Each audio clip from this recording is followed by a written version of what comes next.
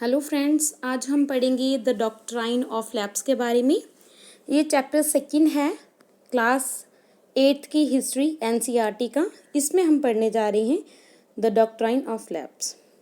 The final wave of annexation occur under Lord Dalhousie. तो जो Lord Dalhousie थे, जो कि गवर्नर जनरल थे 1848 से लेकर 1856 तक, ये लॉर्ड डलहौजी ये लास्ट हम कह सकते हैं, ये फाइनल वेव थी जब उन्होंने एनेक्स करना किया था इंडिया के जो बाकी हिस्से बचते थे। ठीक है, तो एनेक्सेशन होता है कब्जा करना। Okay, he devised a policy that came to be known as a doctrine of lapse. तो उन्होंने एक पॉलिसी बनाई थी जिसका नेम था डॉक्ट्राइन ऑफ लैब्स। तो इम्पॉर्टेंट क्वेश्चन बनता है कि जो डॉक्ट्राइन ऑफ लैब्स है वो किसने बनाई थी? वो बनाई थी लॉर्ड डलहौजी ने बनाई थी। The doctrine declare that if an Indian ruler died without a male heir, his kingdom would elapse, that is become a part of a company territory। तो इस संधि के इस जो पॉलिसी थी, इस पॉलिसी में है क्या था? इस पॉलिसी में था कि जो इंडिया का कोई भी अगर रूलर है और उसके पास कोई मेल हेयर नहीं है, यानी कि उसका जो आने वाला उसका बेटा नहीं है, आप सिंपल लैंग्वेज में समझ लो, उनका अगर बेटा नहीं है तो उसका जो किंगडम है, उसका जो राज्य है वो हड़प लिया जाएगा, वो कंपनी की टेरिटरी बन जाएगा। ओके, तो वन किंगडम आफ्टर अनदर, एक के बाद एक वो सब बहुत से जो ऐसे किंगडम थे वो एनेक्स होते गए, इस डॉक्ट्राइन को फॉलो करते गए। जैसे कि पहले सितारा 1848, संबलपुर 1850, उदयपुर 1852, नागपुर 1853 एंड झांसी, बहुत इंपॉर्टेंट है, झांसी 1854। तो finally in 1856 the company also took over Awadh. 1856 में उन्होंने अवध के ऊपर भी अपना कब्जा कर लिया। This time the British had an added argument. तो वो साथ साथ एक आर्गूमेंट भी ऐड करते हैं जब ये अवध को अपनी कंपनी का हिस्सा बनाते हैं। They said they were obliged by the duty. तो वो बोल रहे हैं ये हमारी ड्यूटी है to take over Awadh in order to free the people from the misgovernment of the nawabs. तो ये उनके अकॉर्डिंग वो ब्रिटिशर बोलते हैं, उनका ये स्टेटमेंट थी कि ये हम इसीलिए कर रहे हैं क्योंकि ये हमारी ड्यूटी है अवध के लोगों को मिस गवर्नमेंट, जो नवाब हैं उनकी मिस गवर्नमेंट से बचाना हमारी ये ड्यूटी है। enraged by the humiliation way in which the Nawab was disposed, क्योंकि वो बहुत ह्यूमिलेट करते हैं इस टाइप से। Okay, the people of Awadh join the great. तो ये भाई पीपल ऑफ जो लोग हैं अवध के, वो रिवोल्ट शुरू कर देते हैं 1857 में। तो ये देख सकते हो, ये महाराजा रणजीत सिंह की कोट है और ये है a portrait of a Veer Surendra Sai. Okay, तो ये देख सकते हो आप बहुत ध्यान से, कितना इजीली आप समझ सकते हो। 1797 में ये इंडिया का नक्शा है और यहाँ पे जो येलो कलर से शेड किया हुआ है, सिर्फ ये वाले पार्ट्स पे कंपनी का कंट्रोल था। और 1840 में ये देखो येलो वाला जो पार्ट है, ये इतने हिस्सों पे उन्होंने अपना कंट्रोल कर लिया था। और ये देखो, ये तो ऑलमोस्ट सारा ही इंडिया पे उन्होंने अपना कब्जा कर लिया था। ये 1857 तक उन्होंने ये इन हिस्सों पे जो ये येलो कलर शेड किया हुआ है वो सभी उन्होंने अपने कब्जे में कर लिए थे। ये expansion of British territory over power in India है। तो ये आप देख सकते हो। आगे देखते हैं setting up a new administration. तो ये देखते हैं अब, ठीक है जी। Warren Hastings. तो वॉरेन हेस्टिंग जो गवर्नर जनरल थे 1773 से लेकर 1785 तक, was one of the many important figure. तो ये जो वॉरेन हेस्टिंग थे बहुत इंपॉर्टेंट फिगर हैं जिन्होंने बहुत ही सिग्निफिकेंट रोल प्ले किया है कंपनी की पावर को एक्सपैंड करने में। By his time the company had acquired power not only in Bengal.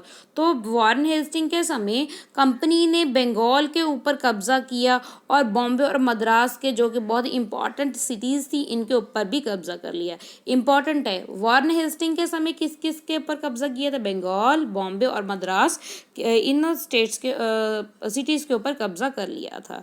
British territory was broadly divided into administrative units called a presidency. तो ये अच्छे से एडमिनिस्ट्रेट करने के लिए इन्होंने ये एडमिनिस्ट्रेट करने के लिए ये जो टेरिटरी है इन्होंने उनको प्रोविंसेस में, प्रेसिडेंसीज में उन्होंने डिवाइड कर लिया था, यूनिट्स में बना दिया था। There were three presidency. तो यहाँ पे 3 प्रेसिडेंसी थी, एक थी बंगाल में, एक मद्रास, एक बॉम्बे में। Each was ruled by the governor. तो हर एक जो प्रोविंसेस थी वो एक गवर्नर उस पर रूल करता था। The supreme head of the administration was the governor general. तो जो सबसे सुप्रीम होता था, जैसे कि ये क्या थी, मैं आपको दोबारा समझा रही हूँ। तो ये देखो कब्जा था, ठीक है, तो इन्होंने 3 प्रोविंसेस में वो कर दिया। एक कौन से थे? एक था बंगाल, एक था मद्रास, एक थे बॉम्बे, है ना। तो इनके ऊपर कौन राज करता था? इनके एडमिनिस्ट्रेट कौन करता था? वो था गवर्नर। और ये तीनों का कौन मतलब ध्यान रखता था, इनको सुपरवाइज करता था? उनके ऊपर था गवर्नर जनरल। और इंट्रोड्यूस सेवरल एडमिनिस्ट्रेटिव रिफॉर्म। जो गवर्नर जनरल थे उन्होंने बहुत से एडमिनिस्ट्रेटिव, गवर्नर जनरल है कौन थे? वार्न हेस्टिंग ही थे। ओके, ये वार्न हेस्टिंग थे जिन्होंने बहुत से सेवरल एडमिनिस्ट्रेटिव रिफॉर्म्स लेके आए वो, और जी notable in the sphere of justice, justice के में भी उन्होंने बहुत से मतलब न्यू रिफॉर्म्स वो लेकर आए थे। तो ये आगे देखते हैं। From 1772 a new system of justice was establish. तो 1772 में उन्होंने एक नया का यानी कि न्याय का एक न्यू सिस्टम डेवलप किया। Each district was have a 2 courts. तो उनके अकॉर्डिंग जो हर एक जो डिस्ट्रिक्ट का एक जिला है उसमें 2 कोर्ट्स होंगी। एक तो क्रिमिनल कोर्ट होगी जिसको फौजदारी अदालत बोला जाता है, और सिविल कोर्ट होगी जिसको दीवानी अदालत बोला जाता है। तो maulvis and Hindu pandit interpret Indian laws for the European district collected who presided over a civil court. The criminal court would set under। अगर ये देखो हिंदू एंड जो हिंदू पंडित और जो मुस्लिम के जो मौलवीज हैं वो इंटरप्टेड करेंगे इंडियन लॉज को यूरोपियन डिस्ट्रिक्ट में जो भी प्रेसिडेंसी सिविल वॉर में होंगी, ठीक है। The criminal court were still under a qazi. जो क्रिमिनल कोर्ट थे ना वो काजी और मुफ्ती के अंडर थे। काजी क्या होता है? काजी होता है जज। मुफ्ती क्या होता है? ये एक जूरिस्ट होता है मुस्लिम कम्युनिटी में जो रिस्पॉन्सिबल होता है एक कोई लॉ को एक्सपॉन्ड करने के लिए जो काजी ने एडमिनिस्ट्रेट किया है। ओके, तो ये इम्पीचमेंट का मतलब भी मैं बताऊंगी जब आगे आएगा। But under the supervision of the collectors. जो भी काजी ने कोई रूल बनाया है तो वो इम्प्लीमेंट करेगा मुफ्ती, और वो भी कलेक्टर के सुपरविजन में किया जाएगा। ओके, ये फिगर आप देख सकते हो, ये है trial of the Warren Hastings. तो वारन हेस्टिंग ये ट्रायल है, ये painted by R.G. Poland 1789। When Warren Hastings went back to England. जब वारन हेस्टिंग वापस जाते हैं इंग्लैंड में 1785 में, Edmund Burke accused him of being a personally responsible for the misgovernment of Bengal. तो वहाँ के एक एडमंड बर्क होते हैं वो उनके ऊपर ये रिस्पॉन्सिबल लगा देते हैं, उनको जिम्मेवार ठहरा देते हैं कि बंगाल में मिस गवर्नमेंट का जो कारण है वो इन वारन हेस्टिंग की वजह से है। This led to an impeachment, जिसकी वजह से इम्पीचमेंट होता है, proceeding in the British parliament that the lasted 7 year. यानी कि फिर 7 ईयर तक ये मुकदमा चलता है। इम्पीचमेंट क्या होता है? ये एक ट्रायल होता है House of the Lords in England for charging the misconduct brought against a person in the House of Common. ये तब चलता है जब एक हाउस ऑफ लॉर्ड, जो इंग्लैंड की हाउस ऑफ लॉर्ड्स है, उसमें से जब किसी के साथ मिसकंडक्ट करने के लिए मिसकंडक्ट करने के बाद उसको person in the House of Court, यानी कि ये एक ट्रायल होता है, a trial by the House of the Lords in England for charges of misconduct brought against a person in the House of Common. तो क्या जी, जो हाउस ऑफ कॉमन में मिसकंडक्ट किया गया था उसकी वजह से उसके ऊपर इम्पीचमेंट का ट्रायल चलता है।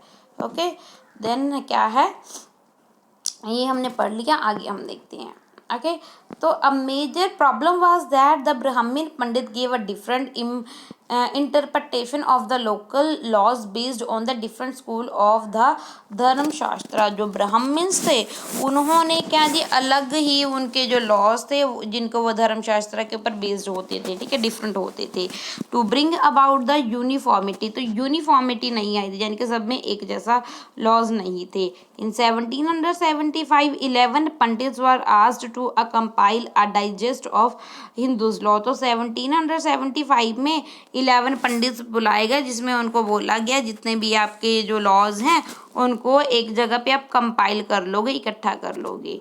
Okay, NB Halhed translate the digest into English. तो जो NB हालहेड हैं उन्होंने जो ये उन्होंने रूल्स बनाए थे, लॉज लिखे थे, उसको इंग्लिश में ट्रांसलेट कर दिया गया।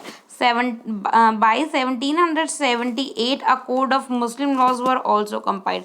ऐसे ही जैसे कि ये हिंदुओं का कंपाइल किए थे लॉज, ऐसे ही मुस्लिम के कर दिए गए 1778 में, और उनको भी एक जगह पे कंपाइल कर दिए गए जो कि बेनिफिशियल होते थे यूरोपियन जज के लिए, जज करना।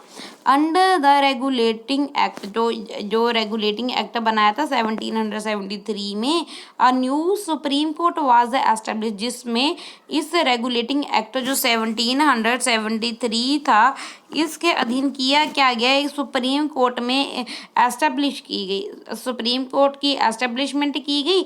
While the court of appeal the सदर निजामत अदालत वाज सेटअप एट कलकत्ता। तो सुप्रीम कोर्ट की गई एक तो एस्टेब्लिश, और एक कोर्ट ऑफ अपील भी गई सेटअप की गई जिसका नाम था सदर निजामत अदालत, वो कलकत्ता में स्थापित की गई। The principal figure in an Indian district was the collector. जो प्रिंसिपल मेन फिगर थी इंडियन डिस्ट्रिक्ट्स में वो थे कलेक्टर। तो आज भी तो ना IAS वगैरह जो बनते हैं वो कलेक्टर ही ऐसे उनके पोस्ट मिलती हैं। Okay, as the title suggest his main job was a collector revenue.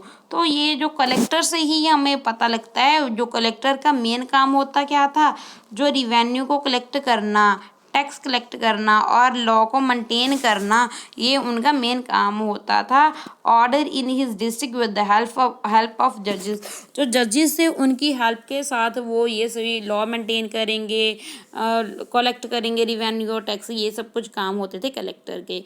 Police officer and the दरोगा, ये इन सब की हेल्प से ये काम करेंगे।